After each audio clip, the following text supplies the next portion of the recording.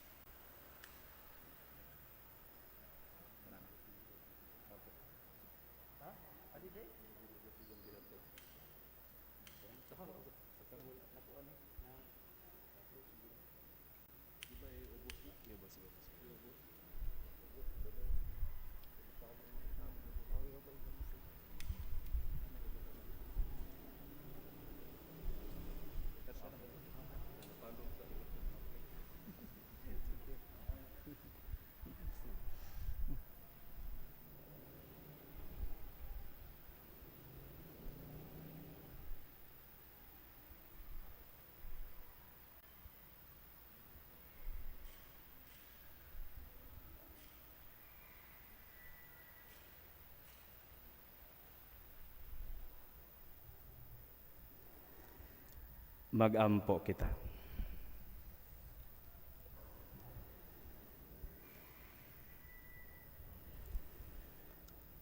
O Diyos, nagtanaw ikaw sa imong katawhan, nga nagpaabot sa makanunayon nga pagtuo sa pangilin sa pagkatao sa Ginoo.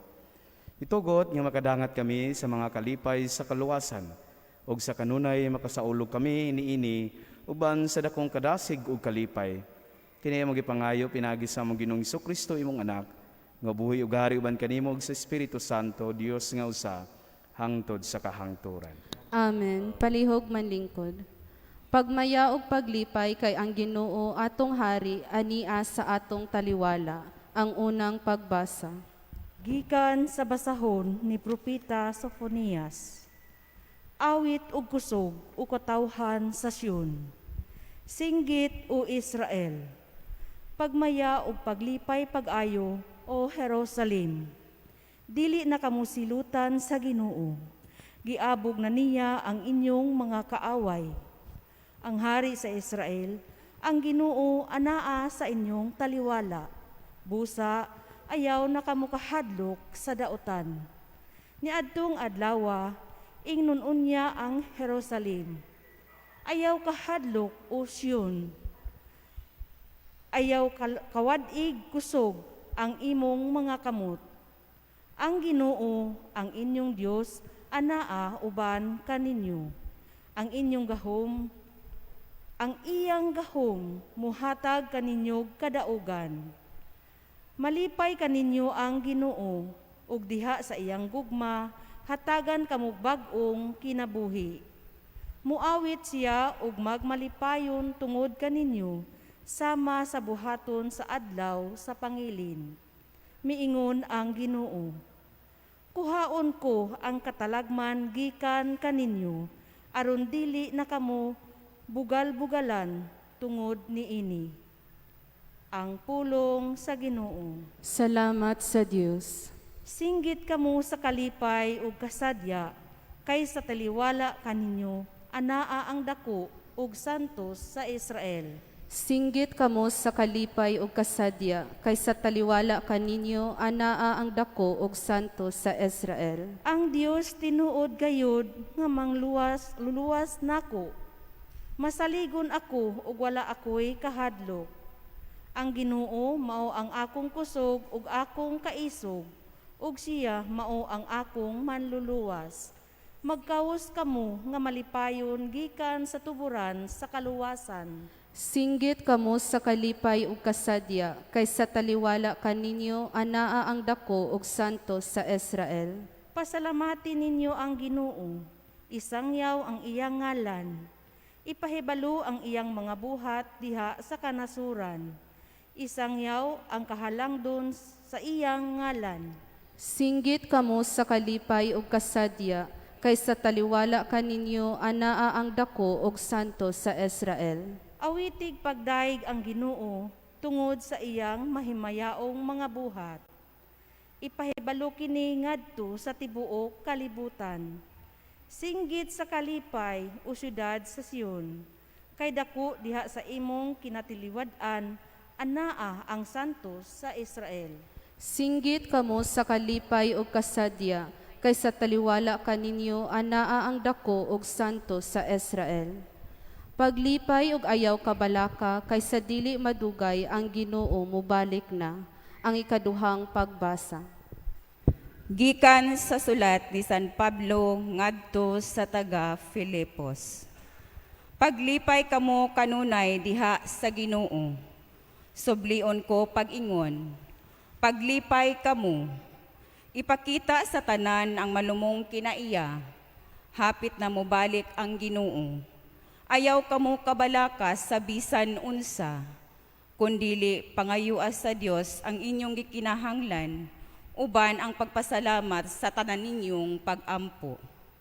Ug ang kalinaw sa Dios nga dili matugkad sa tao, manalipod sa inyong kasing-kasing ug huna-huna sa inyong pagkahiusa kang Kristo Jesus. Ang pulong sa Ginoo. Salamat sa Dios. Palihog manindog aron sa pagbalaan sa santos nga ebanghelyo.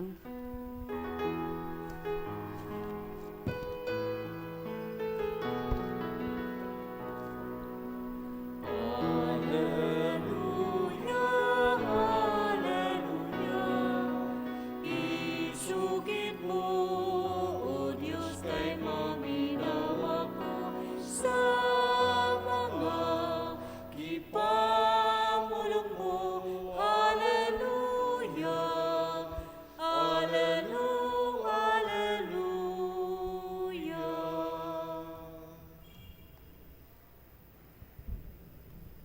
Ang Ginoo maanaa kaninyo. Mana usab kanimo.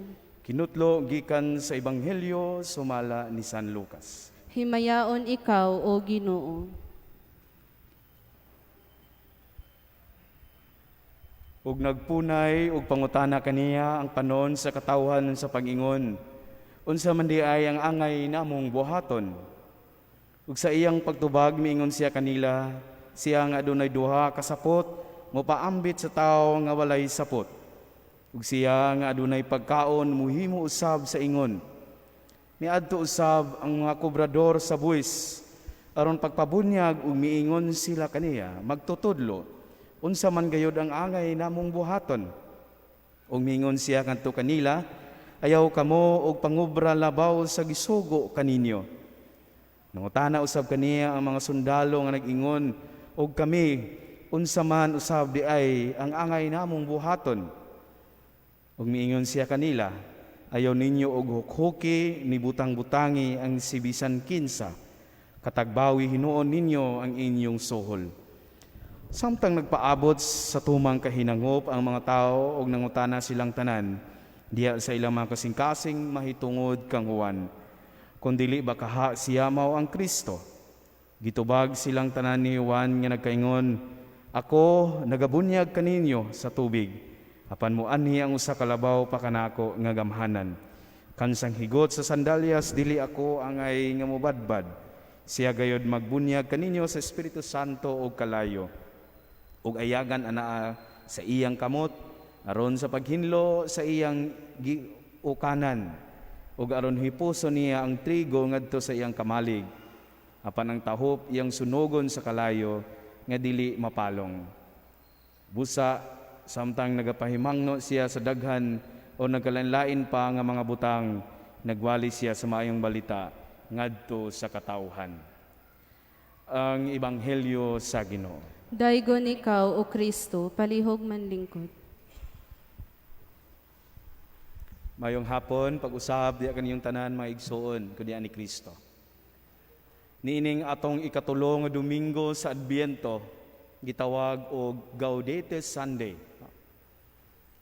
Kini ang dakong hagit sa simbahan alang kanato, iniining paglipay sa kanunay.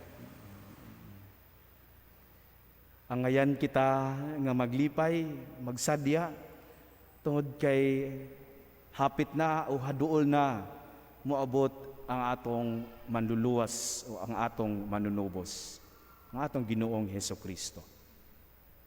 Kung atong nasayran mga igsoon ko ni Kristo, ang dagan diya sa atong liturhiya, diya sa simbahan, katong mga milabay nga duha ka Domingo, adunay atong madungog nga paggunob sa kalibutan, pagkatapos sa kalibutan, kangit-ngit nga masinati diya sa tibuok katawhan. Ug dili kini masayran kung kanus ang mahitabo. Apan luyo ni anang mga kangit-ngit, kagunob sa kalibutan, pagkatapos sa kalibutan, uban sa dakong pagtuo, ang atong Dios naghatag kanato og dakong gasa nga mao ang atong manluluwas, ang iyang gipadayag ang kaugalingon diya sa pagkatao sa atong Ginoong Hesukristo. Og kini naghatag kanato og igayon usab diya sa paglipay sa kanunay. O malipayon kita nga malaumon, malipayon nga malaumon, malipayon nga naglaom nga anang pag-abot sa manluluwas o sa iyang ikaduwang pagbalik. Aron iya kitang kuyugan padulong ngadto sa gingarian sa langit, ang himaya sa Dios. Malipayon nga malaumon, malaumon nga kalipay. Apan mga igsoon ko ni Kristo, kung magisgot kita ni ining konteksto sa atong panahon karon, kung atong i-recall ang mga panghitabo sa atong katilingban, sa atong nasod, sa atong pamilya.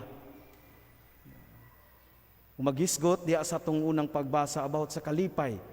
Rejoice in the Lord. Ingon ni propeta si Pania,